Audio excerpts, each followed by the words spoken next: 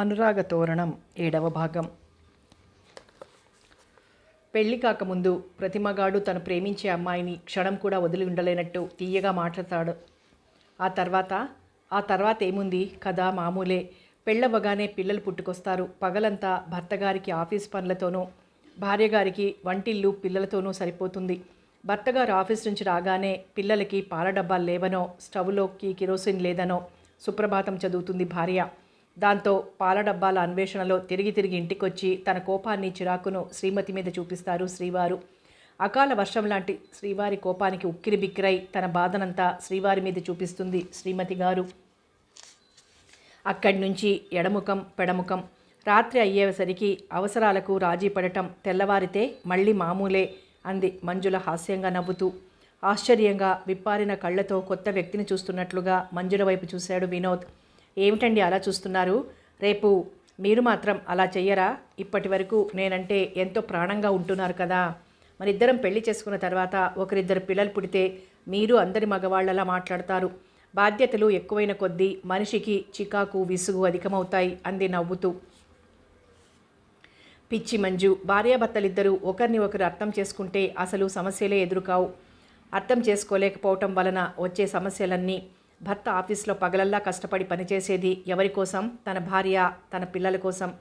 అలా అనుకోకుండా అలసిపోయి భర్త ఇంటికి రాగానే తనే రోజంతా కష్టపడి అలసిపోయినట్టుగా చిరాకు ప్రదర్శిస్తే మగాడికి ఎంత విసుగ్గా ఉంటుంది. అలా కాకుండా భర్త ఆఫీస్ నుంచి ఇంటికి రాగానే టీ కప్పుతో చిరునవ్వుతో శ్రీమతి కనిపిస్తే అతను పడిన శ్రమంతా మర్చిపోతాడు. ఆ తర్వాత ఇంటికి కావలసిన సరుకుల లిస్ట్ అందిస్తే చిరునవ్వుతో అందుకుంటాడు. భార్యాభర్తలిద్దరూ ఒకరితో ఒకరు ఎప్పుడు ఎలా ప్రవర్తించాలో అర్థం చేసుకుని ప్రవర్తిస్తే ఆ కాపురాలు జీవితాంతం హాయిగా సాగిపోతాయి. ఆశ్చర్యంతో ఆమె కళ్ళు విప్పారాయి. ఈయనలాగా ఆడదాని మనసుని అర్థం చేసుకునే మగవాళ్ళు ఎంతమంది ఉంటారు? ఏ జన్మలో చేసుకున్న పుణ్యమో నన్ను అర్థం చేసుకునే భర్తను నేను పొందగలగటం అనుకుంది. ఆనందంతో ఆమె కళ్ళు మెరిశాయి. చెంపల్లో వెచ్చని ఆవిరి పొంగింది. మనస్సులో అతని చిలిపి చేష్టలు మెదలగానే సిగ్గుబరువుతో చూపులు నేలవాలాయి. మంజు ఆమె వైపు అనురాగంగా చూస్తూ అన్నాడు. కళ్ళెత్తి అతని వైపు చూసింది. అతని కళ్ళల్లో ప్రతిఫలిస్తున్న కోరికను చూడగానే, ఏమండి, ఇది మన బెడ్రూమ్ కాదు అంది గారంగా. మనసులు కలిసిన వాళ్ళకి బెడ్రూమ్ అయినా ఫుట్పాత్ అయినా ఒకటే. ఆమెను చేతుల్లోకి తీసుకుంటూ అన్నాడు. అతని గుండెల్లో తన ముఖాన్ని దాచుకుంటూ, ఆడదాని అదృష్టం నగలలోనూ, చీరలలోనూ, అంతస్తుల మేడలలోనూ లేదండి. అనురాగమూర్తిని అర్థం చేసుకోగలిగిన మగవాడు భర్తగా దొరకటమే ఆడదాని అదృష్టం. సంధ్య చీకట్లు నలుమూలలా ముసురుకుంటున్నాయి. వెలుగుతున్న కొన్ని వేల లైట్ల కాంతిలో అక్కడి నుంచి చూస్తుంటే విజయవాడ పట్టణం నక్షత్ర మండలంలా కనిపిస్తోంది. ప్రకాశం బ్యారేజీ మీద వెలుగుతున్న ట్యూబ్లైట్ల కాంతిలో నదిలోని అలలు వింతగా మెరుస్తున్నాయి. సమయం కావటం వలన చేపల కోసం వచ్చిన కొంగలు, రకరకాల పక్షులు గూళ్లకు చేరుకోవాలన్న ఆతృతతో ఎగిరిపోతున్నాయి.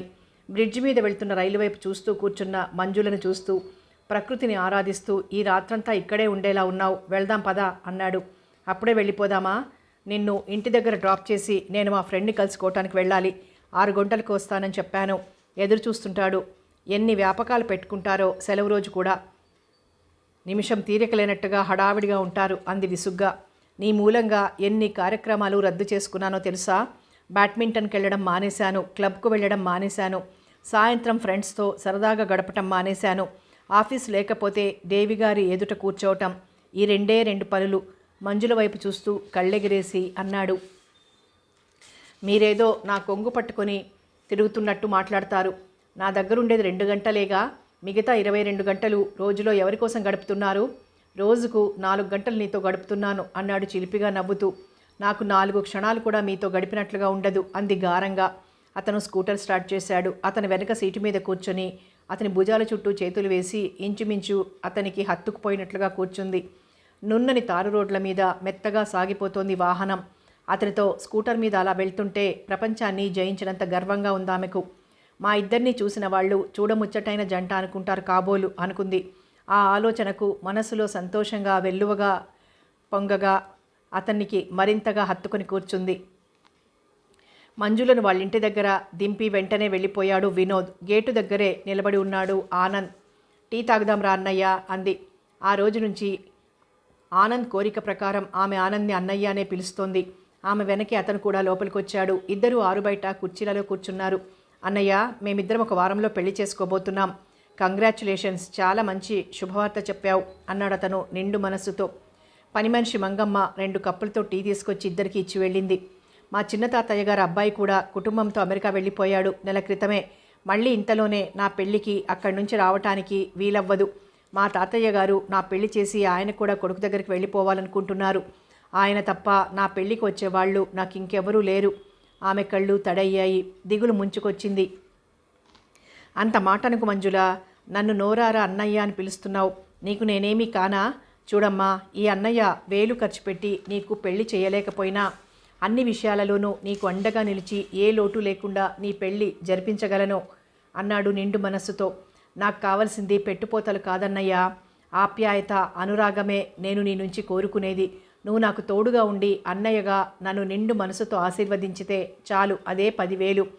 ఎవరూ లేరని బాధపడొద్దమ్మా, నీ పెళ్ళి దగ్గరుండి నేను జరిపిస్తాను. ఆ మాట చాలు 1000 ఏనుగుల బలాన్నిచ్చింది నాకు. పెళ్ళైన తర్వాత మా ఆఫీస్ స్టాఫ్కు, ముఖ్యమైన ఫ్రెండ్స్కి పార్టీ ఇస్తాం. అప్పటి వరకు మా పెళ్లి విషయం ఎవరికీ తెలియదు. అదే మంచి పద్ధతమ్మా. మనస్సులు కలుపుకున్న మీరిద్దరూ పెళ్లి చేసుకుంటూ అందరికీ తెలియచేయవలసిన అవసరం ఏముంది? లేనిపోని సమస్యలు తప్ప. ఇలా సింపుల్గా చేసుకుంటే అనవసరమైన దుబారా ఖర్చు కూడా తగ్గుతుంది. నా మనస్సు చదివినట్లుగా చెప్పావన్నయ్యా అంది నవ్వుతూ. రెస్ట్ తీసుకో, నేను వెళ్ళొస్తానంటూ లేచాడు ఆనంద్. వినోద్, మంజుల బాల్కనీలో కుర్చీ వేసుకుని కూర్చున్నారు. అతను చెప్పిన విషయం వినగానే ఆమె మనస్సు ఆనందపు టంచుల్లో తేలిపోతోంది. సంతోషం వెల్లువల పొంగి ఆ వెల్లువలో అతన్ని తడపాలంత ఆర్తిగా ఉందామెకు. గురువారం ఉదయం మన పెళ్ళి, అందుకు కావలసిన ఏర్పాట్లన్నీ పూర్తి అయ్యాయి. అరుణిమ దాల్చిన ఆమె చెంపలను తదేకంగా చూస్తూ అన్నాడు. మన పెళ్ళి ఇంకా 4 రోజులేగా ఉంది. తీయని కలల్లో తేలిపోతూ అంది. ఇంకా 4 రోజుల వ్యవధుంది. ఆమె ముఖాన్ని తన చేత్తో పైకెత్తి సిగ్గుల బరువుతో వంగిన ఆమె కనురెప్పలపై సున్నితంగా ముద్దు పెట్టుకుంటూ అన్నాడు చిలిపిగా. తరువాత ఆమెను తన బిగి కౌగిలిలో బంధించాడు. అతని కౌగిలిలో బందీ అయిన ఆమె బేలగా చూసింది అతని వైపు. అతను కొంటెగా నవ్వుతూ విజయగర్వంతో మీసాలు సవరించుకున్నాడు. అబ్బో, పెద్ద గొప్ప పోజు. అసలు మీ పొగరంతా ఆ కోర మీసంలోనే ఉంది. అతని మీసాల మీద తన చూపుడు వేలితో రాస్తూ అంది. మరేమనుకున్నావు అన్నాడు తను భుజాలెగరేస్తూ. మూతి సున్నాల చుట్టింది.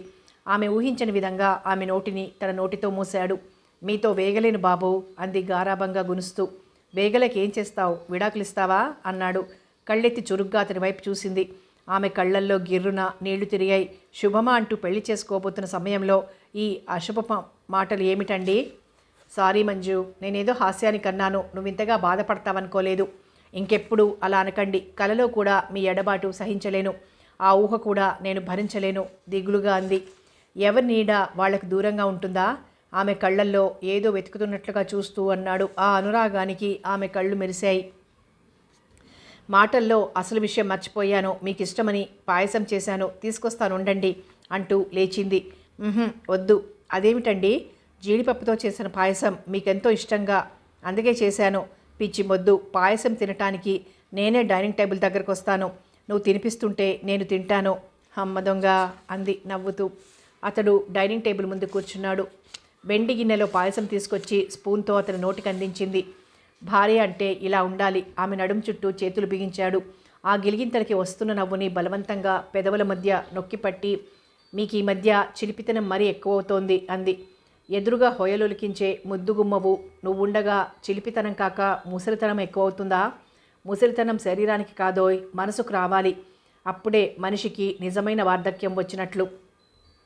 మీరు మాట్లాడుతుంటే మంచి కథ వింటున్నట్లుగా ఉంటుంది. ఎదుటి మనిషిని మాటలతో అయస్కాంతంలో ఆకర్షించుకోవడం మీలోని ప్రత్యేకత. మంజు, నీకు గుడ్ న్యూస్. ఏమిటో? ఈ రాత్రంతా నేను నీతోనే ఉంటాను. సంతోషంతో ఆమె కళ్ళు దీప్తివంతమయ్యాయి. అది గమనించిన అతను తనలో తనే నవ్వుకున్నాడు. మీరింటికి వెళ్ళకపోతే రాధ భోంచెయ్యదుగా అడిగింది దిగులుగా. రాధ ఉదయమే మా స్వంత ఊరు వెళ్ళింది. మా అమ్మ నాన్నగారిని చూసొస్తానని. రేపు రాత్రికి కానీ రాదు. మీరు బుద్ధిగా ముందు గదిలో కూర్చుంటే 10 నిమిషాలలో నేను స్నానం, వంట అన్నీ ముగించుకొని వస్తాను. నేను కూడా నీతో ఉంటాను. మీరెదురుగా ఉంటే నాకు వంట అవ్వదు. వంట చేస్తూ సమయాన్ని వేస్ట్ చేయొద్దు. స్నానం చేసి త్వరగా రా. ఈ పూట క్యారేజీ తెప్పించుకుందాం. రంగన తాతకు కూడా కావాలిగా. ఎంతసేపు? 10 నిమిషాల్లో వంట అయిపోతుంది. మీకు నా చేత్తో వండి వడ్డించటం నాకెంత తృప్తిగా ఉంటుందో మీకేం తెలుసు. సరే అయితే నేను కూడా నీకు పనిలో సహాయం చేస్తాను. ఆశ్చర్యంతో ఆమె విశాల నేత్రాలు మరింత విప్పారాయి. ఏమిటంత ఆశ్చర్యంగా చూస్తున్నావు? మీరు నాకు వంట పనిలో సహాయం చేస్తారా? వంట చేయటం అంటే ఆఫీస్ లెటర్స్ మీద సంతకాలు చేయటం అనుకుంటున్నారా? అంది నవ్వుతూ. నేను ఆమ్లెట్ ఎంత అందంగా వేస్తానో తెలుసా? అన్నాడు కళ్ళెగరేస్తూ. ఆమ్లెట్ వేయటం ఏముంది, 5 సంవత్సరాల వయసున్న అమ్మాయి కూడా వేస్తుంది. నీతో మాటల్లో వేగటం కష్టం కానీ మొన్న నువ్వు స్వయంగా నాటిన గులాబీ చెట్లు ఎలా ఉన్నాయో చూస్తొస్తాను. నువ్వు ఈలోగా వంట పూర్తి చేయి అంటూ మేడ దిగి పూల చెట్లకి పాదులు చేస్తున్న రంగన తాత దగ్గరికి వెళ్ళాడు వినోద్.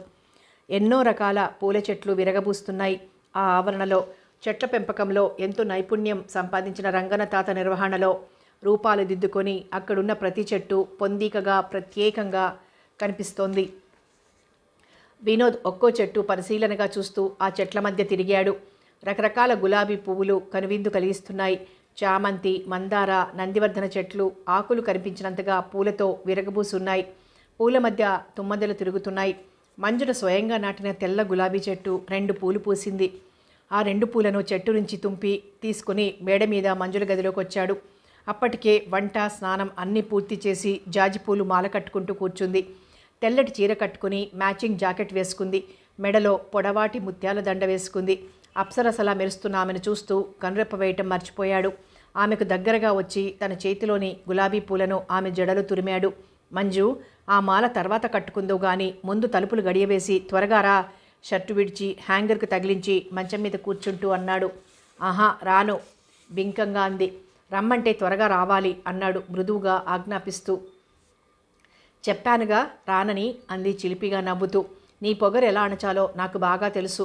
మంచం మీద నుంచి లేచి మంజులను పసిపాపనెత్తుకున్నట్లుగా చేతుల మీద మంచం దగ్గరకు తీసుకొచ్చి ఆమె పక్కన చోటు చేసుకొని పడుకొని ఆమెను గుండెల మీదకి లాక్కున్నాడు. ఏదో మాట్లాడబోయిన ఆమెను మాట్లాడనివ్వకుండా ఆమె నోటిని తన నోటితో మూశాడు. మంజుల చేత వారం రోజులు సెలవు పెట్టించాడు వినోద్. తను మాత్రం మామూలుగా ఆఫీస్కి వెళ్తున్నాడు. సాయంత్రం 4 గంటలకి ఆమెకు ఫోన్ చేసి 5 గంటలకు నేను వస్తాను, నువ్వు తయారై ఉండు, ఇద్దరం కలిసి బజార్కి వెళ్దామని చెప్పాడు. అతను చెప్పినట్టుగానే 5 గంటలకి బయటికి వెళ్ళటానికి తయారై అతని కోసం ఎదురు చూస్తూ కూర్చుంది. బూట్ల శబ్దం వినగానే ఉద్వేగంతో ఆమె గుండెలు ఎగిసి పడుతున్నాయి. తయారయ్యావా? హడావిడిగా లోపలికి వస్తూనే అడిగాడు. మీకోసమే ఎదురు చూస్తున్నాను, నవ్వుతూ అతనికి స్వాగతం చెప్పింది. అతను అలసటగా సోఫాలో కూర్చున్నాడు. ఆమె ఫ్యాన్ ఆన్ చేసి ఫ్లాస్క్లోని టీ కప్పులో కొంచి అతనికి ఇచ్చింది. ఇప్పుడు మనం బయలుదేరేది ఎక్కడికి? సోఫాలో అతని పక్కన కూర్చుంటూ అడిగింది. షాపింగ్కి. అది సరే, నీకేం కావాలో అన్నీ లిస్టు రాసి ఉంచమన్నానుగా, లిస్టు తయారు చేసావా? తయారు చేయలేదా? మరి నీ చేత సెలవు పెట్టించింది ఎందుకనుకున్నావు? పగలంతా ఏం చేశావు అన్నాడు తెచ్చిపెట్టుకున్న కోపంతో. మిమ్మల్ని గురించి ఆలోచిస్తూ పడుకున్నాను, అతని భుజం మీద తలాంచుకుంటూ అంది. అతని కోపం కరిగిపోయింది. అవ్యాజమైన ప్రేమ పొంగి పొరలింది. లాలనగా ఆమెను దగ్గరకు లాక్కున్నాడు. మనం బజార్కి వెళ్ళాలన్నారుగా, అతని షర్టు బొత్తాములు సవరిస్తూ అంది గోముగా. అవును, త్వరగా నీకేం కావాలో లిస్టు తయారు చేయి. నాకు తెలియదు. మరి నీకేం తెలుసు? మిమ్మల్ని గురించి ఆలోచించడం తప్ప నాకేం తెలియదు అంది మృదువుగా. మంజు, భవిష్యత్తులో నీకంటే నేనే ఎక్కువగా సుఖపడగలను. ఎందుకో తెలుసా? తను ప్రేమించే ఆడదానికంటే తనను ప్రేమించే ఆడదాని దగ్గరే మగవాడు ఎక్కువ సుఖపడతాడు. నీ తనువు, నీ మనసు, నీ ఊహలు అన్నీ నాకే పరిమితం. మగవాడికి ఎన్ని అర్హతలున్నా, ఎంత సంపాదించినా ప్రేమించే ఆడదాని అనురాగం తెలియకపోతే ఆ జీవితం నిస్సారమే. అంతేకాదు, అతనికి జీవితంలో నిజమైన ఆనందం లోపించినట్టే. ఆమె కళ్ళు సంతోషంతో మెరిశాయి. ఆ కళ్ళల్లో అతని పట్ల ప్రేమ, అనురాగం తొడికిసలాడాయి. నా జీవితంలో సమస్యల కెరటాలన్నీ తొలగిపోయాయి. ఇక నుంచి సమాజంలో గౌరవంగా మీ భార్యగా కొత్త జీవితాన్ని గడపబోతున్నాను. అప్పుడే నేనొచ్చి గంటైంది. నీకు కావలసినవి నేను చెప్తాను, నువ్వు కాగితం మీద రాయి. చెప్పండి. టేబుల్ మీదున్న కాగితం, కలం తీసుకొని అతని పక్కన కూర్చుంటూ అంది. పట్టుచీరలు 6. ఏమిటి 6 పట్టుచీరలా? మాట్లాడకుండా నేను చెప్పినట్టు రాయి. సీరియస్గా మారిన అతని ముఖాన్ని చూసి ఇంకేం అనలేకపోయింది. మంగళసూత్రాల బంగారపు గొలుసు, నల్ల పూసల దండ, ఎరుపురాళ్ల నెక్లెస్ అంటే నీకిష్టంగా ఎరుపురాళ్ల సెట్ ఒకటి కొనుక్కో. మామూలు చీరలు 1 డజను, వాటికి మ్యాచింగ్ జాకెట్లు, ఇంకేమైనా కావలిస్తే అవి కూడా రాయి. ఎంత డబ్బు డ్రా చేశారు బ్యాంకు నుంచి? ఆశ్చర్యంగా అడిగింది. నా పేరుతో ఉన్న 50,000 డ్రా చేశాను. ఆ డబ్బుతో నీకు ఇష్టం వచ్చినవి కొనుక్కో. అంత డబ్బు అనవసరంగా ఖర్చు చేయటం ఎందుకండి? ముందు ముందు ఎన్ని ఖర్చులుంటాయి. గొడవ చేయకుండా బయలుదేరు. ఆమెకు మాట్లాడేందుకు అవకాశం ఇవ్వకుండా వేగంగా మెట్లు దిగాడు. అతన్ని అనుసరించింది ఆమె. ఇద్దరూ ఆటోలో జ్యువెలరీ షాప్కి వచ్చారు. మంజుల గునుస్తున్నా వినకుండా తను కొనాలనుకున్నవన్నీ కొన్నాడు. అక్కడి నుంచి వినోద్కి తెలిసిన బట్టల షాప్ దగ్గరికి వచ్చారు. వినోద్ని చూడగానే ఎంతో పరిచయం ఉన్న గొప్ప వ్యక్తిని చూసినట్టు మర్యాదగా విష్ చేసి వినయంగా లోపలికి ఆహ్వానించాడు.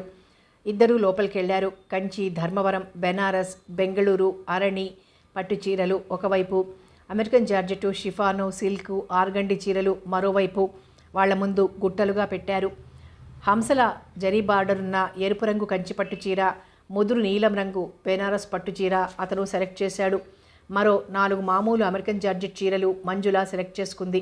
అంతవరకు చాలని మళ్ళీ కొత్త మోడల్స్ వచ్చినప్పుడు కొనుక్కుంటానని గొడవ చేయటంతో అంతవరకు బిల్లు చెల్లించి బయటకొచ్చారు. అతని పక్కన తనుంటే అందరూ అతని భార్యగా తనకిస్తున్న గౌరవ మర్యాదలు చూసి సంతోషంతో ఉక్కిరి బిక్కిరైపోయింది మంజుల.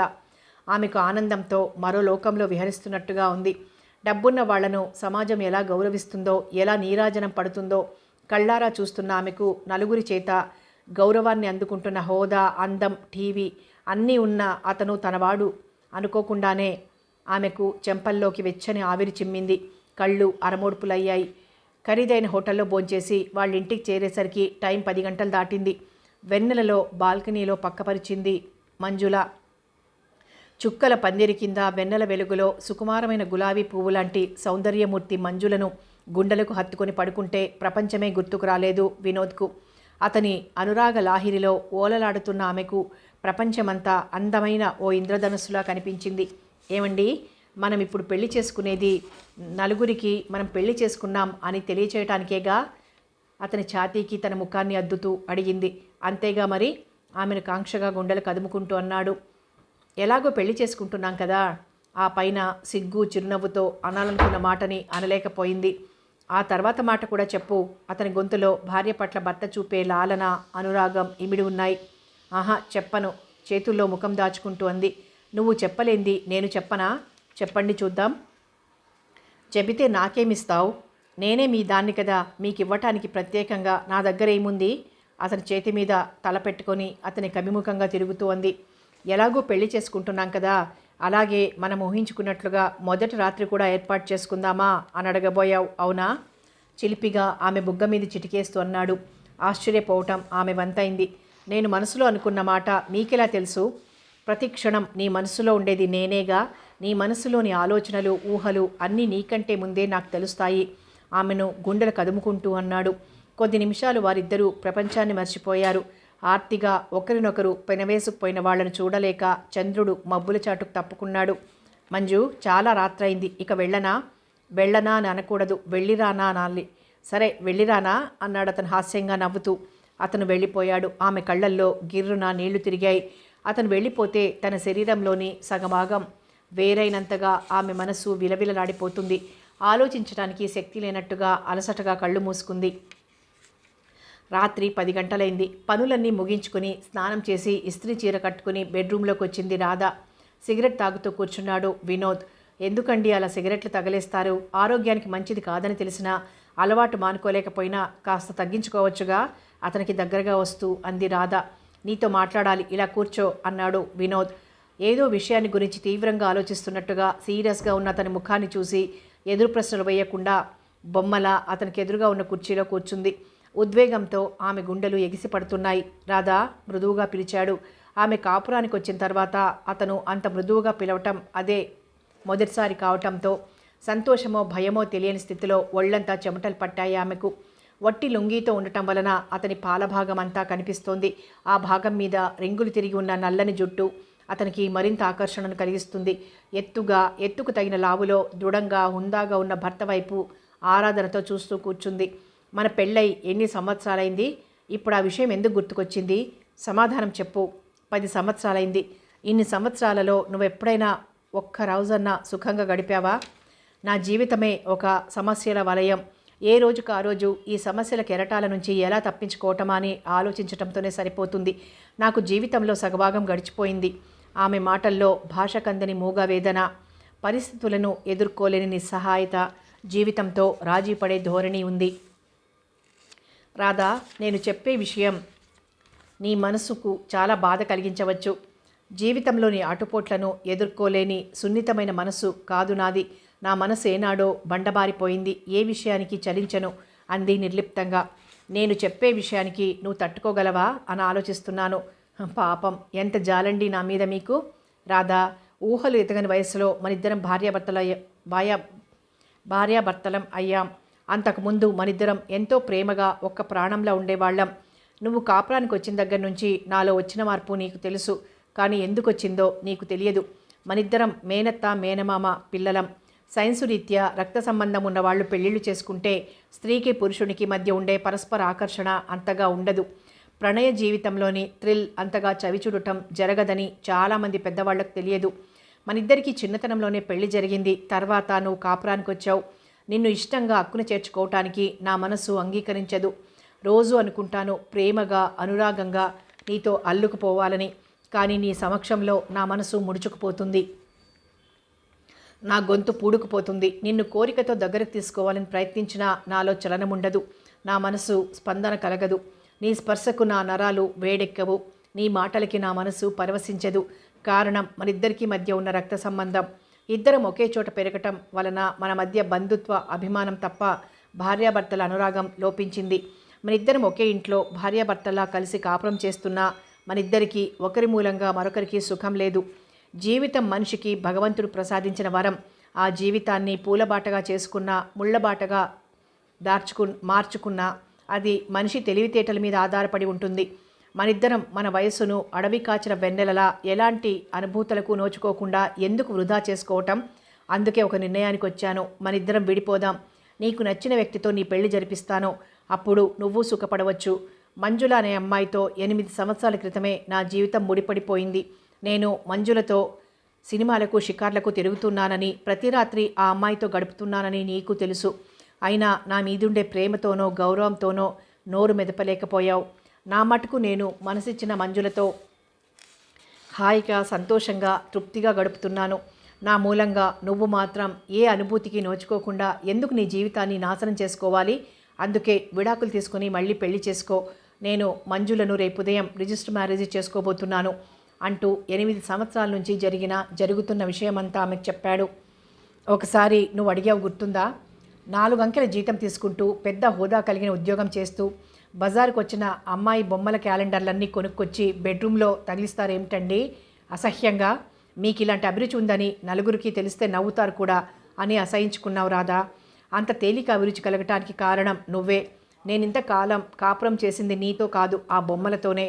లైట్ తీసేసి చీకట్లో నీ ముఖాన్ని చూడకుండా మనసులో ఆ క్యాలెండర్లోని అమ్మాయి బొమ్మల్ని నిలుపుకొని నేను కాపురం చేస్తున్నది ఆ అమ్మాయిలతోనే అన్న భావాన్ని మనస్సులో నిలుపుకొని మనసు చంపుకుని ఇంతకాలం నీతో కాపురం చేశాను. ఇక ఆ బొమ్మలతో కాపురం చేయటం నాకు సాధ్యం కాదు. అందుకే మంజులను పెళ్లి చేసుకోబోతున్నాను. నువ్వు కూడా పెళ్లి చేసుకో. నాకున్న ఆస్తిపాస్తులన్నీ నువ్వే తీసుకో. ప్రతి అక్షరం ఆమెకు అర్థమయ్యేలా విపులంగా చెప్పాడు. అతని మాటలు వింటుంటే ఆమె నెత్తిన పిడుగుల వర్షం కురుస్తోంది. అతను చెప్పే ఒక్కొక్క మాట ఒక్కొక్క సమ్మెటపోటులా ఆమె మనస్సును తాకింది. భూమి రెండుగా చీలి తనందులో కూరుకుపోతున్నట్టుగా, ఆ గదిలో ఊపిరాడక ఉక్కిరి బిక్కిరి అవుతున్నట్టుగా అనిపించింది. కళ్ళు తిరిగి చీకట్లు కమ్మినట్టయి స్పృహ తప్పిపోకుండా అతి ప్రయత్నం మీద తనను తాను నిగ్రహించుకోగలిగింది. ఆమె మనస్సు 1000 ముక్కలైంది. మతిలేని దానిలా వెక్కి వెక్కి ఏడ్చింది. ఆమెను ఓదార్చే ప్రయత్నం కూడా చెయ్యలేదతను. ఆమె ఆ షాక్ నుంచి తేరుకోవటానికి అర్ధగంట పట్టింది. అగ్నిసాక్షిగా మీరు నా మెడలో 3 ముళ్ళు వేసింది, 7 అడుగులు నాతో కలిసి నడిచింది నాకు విడాకులు ఇవ్వటానికేనా? మనం ఈ ఊరిలో కాపురం పెట్టిన వారం రోజులకే నాకు తెలిసింది మీ ఆఫీస్లో పనిచేసే టైపిస్టు మంజులకు మీకు సంబంధం ఉందని. ఆ తర్వాత ఆమెను స్కూటర్ వెనుక కూర్చోబెట్టుకుని మీరిద్దరూ సినిమాలకు షికార్లకు తిరగటం నా కళ్ళతో నేను స్వయంగా చూశాను. అప్పుడు నా మనసు ఎంత రంపపు కోతకు గురైందో మీకు తెలియదు. అయినా ఈ 3 సంవత్సరాలలో ఆ అమ్మాయి ఎవరు? ఆమెతో ఎందుకు తిరుగుతున్నారు అని నేను మిమ్మల్ని అడిగానా? సాయంత్రం 5 గంటల నుంచి రాత్రి 11 గంటల వరకు ఆమెతోనే గడిపి వస్తున్నారు. మీరేం చేసినా మిమ్మల్ని వేలెత్తి చూపరు. ఎందుకంటే మీరు డబ్బున్న మనుష్యులు. ఆ డబ్బు చాటున మీరేం చేసినా కప్పిపుచ్చుకోవచ్చు. అన్నీ తెలిసినా నేను నోరు మెదపలేదు. ఎందుకు? మీతో స్వర్గసుఖాలు అనుభవించాలని కాదు. అమ్మ నాన్న లేకపోయినా అత్తయ్య మామయ్య నన్ను కంటి పాపలా పెంచారు. నా మూలంగా ఆ పుణ్యాత్మల కుటుంబానికి మచ్చ రాకూడదు. నేను కొవ్వొత్తిలా కరిగిపోయినా నా చుట్టూ ఉన్న వాళ్ళ మనసులు సంతోషంతో దీప్తివంతంగా ఉంటే చాలనుకున్నాను. అంతకు మించి ప్రాణం కంటే ఎక్కువగా ప్రేమించిన మీరు ఆమె మూలంగానైనా సంతోషంగా తృప్తిగా ఉంటే అంతే చాలనుకున్నాను. నా మనసును అనుక్షణం దహించి వేస్తున్న బాధనంతా ఎవరి ముందు బయట పెట్టుకోకుండా నాలోనే దాచుకున్నాను. మీరు ఆమెతో శారీరకంగానూ మానసికంగానూ తృప్తిని పొందుతున్నారు. నేను ఆనందానికి ఏ విషయంలోనూ ప్రతిబంధకంగా లేదు. ఇంకా ఎందుకండి నాకు విడాకులు ఇవ్వటం? విడాకులిచ్చి నా బ్రతుకును నడివీధికి ఈడ్చి నన్ను నవ్వుల పాలు చేయకండి. మన సమాజపు కట్టుబాట్లు, ఆచార వ్యవహారాలు మీకు తెలియనివి కావు. భార్యాభర్తలిద్దరూ కొట్టుకుంటూ తిట్టుకుంటూ ఒకే కప్పు కింద కాపురం చేయటం సమాజం హర్షిస్తుంది కానీ ఒకరికొకరు విడిపోయి ఏ కారణంగా దూరంగా ఉన్నా హర్షించదండి. మొగుడిని వదిలేసిన ఆడదని, బరి తెగించిన ఆడదని రకరకాల బిరుదులిస్తూ అటువంటి ఆడదాన్ని ఇనప ముక్కు కాకుల్లా పొడిచి పొడిచి చంపుతుంది. భర్త మానులాంటి వాడైతే భార్య అతన్ని పెనవేసుకుపోయే లత లాంటిది. ఒక మానుకు పెనవేసుకుపోయిన లతను బలవంతంగా ఆ మాను నుంచి వేరు చేస్తే వాడిపోయి నేలరాలిపోతుందండి.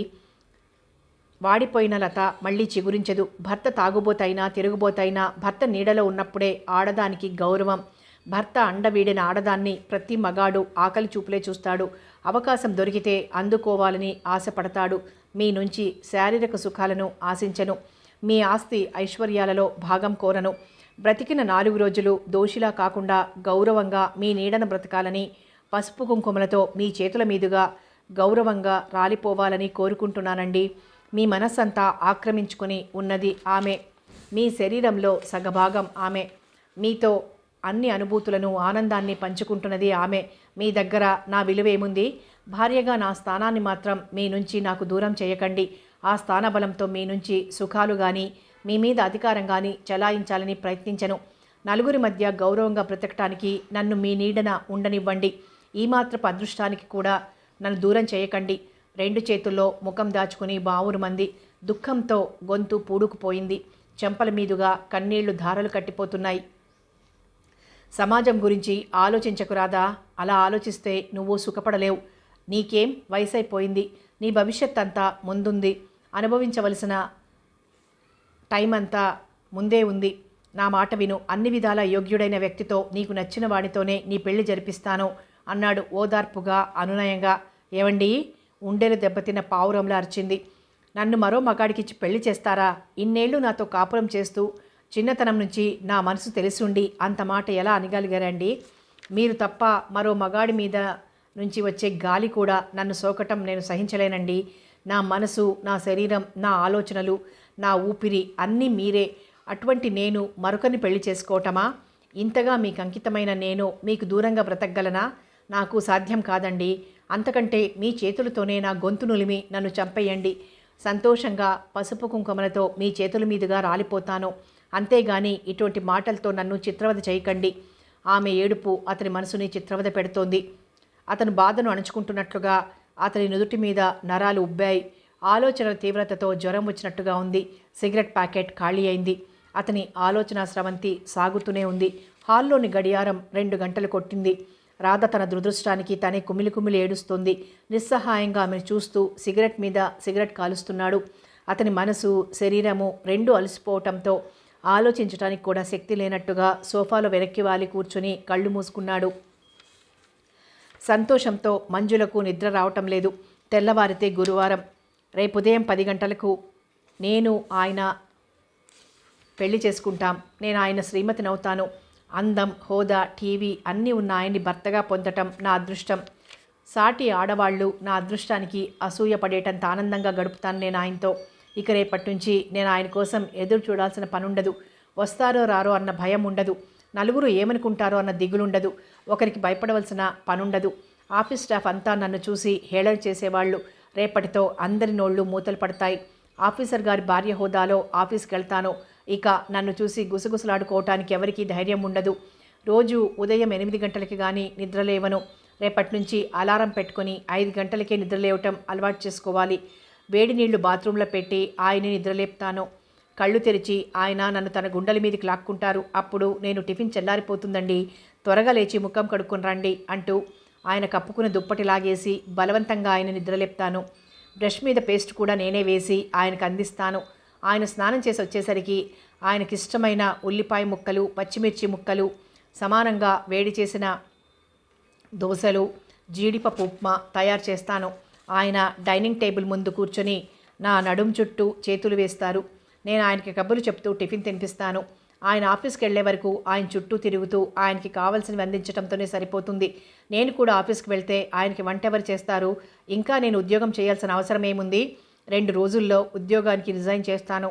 ఆయన ఆఫీస్ నుంచి వచ్చేసరికి ఆయనకి ఇష్టమైన వంటకాలన్నీ చేసి స్వయంగా అన్నం కలిపి ముద్దలు తినిపిస్తాను.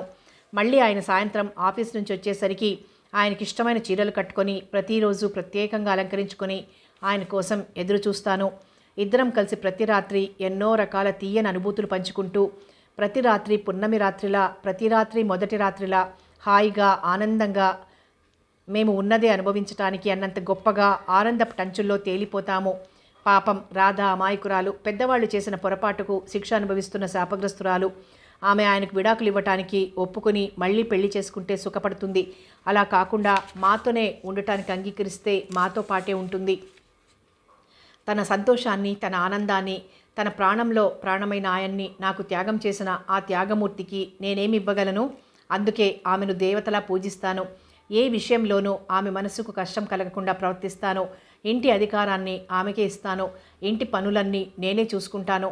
ఆమె ప్రశాంతంగా గడిపేలా ఆమెకు అనుకూలంగా నా ప్రవర్తన మార్చుకుంటాను. అంతకంటే ఆ దేవతకు నేను చేయగలిగింది ఏముంది? నా పాలిట దైవం ఆమె. ఏ స్త్రీ చెయ్యలేని త్యాగం ఆమె నా కోసం చేస్తుంది. మంజుల మనస్సంతా రాధ పట్ల కృతజ్ఞతతో నిండిపోయింది. ఇలాంటి ఆలోచనలతో భవిష్యత్తును గురించి బంగారు కలలు కంటూ ఊహల ఉయ్యాలలో హాయిగా తేలిపోతోంది ఆమె మనస్సు. కథ కొనసాగుతుంది.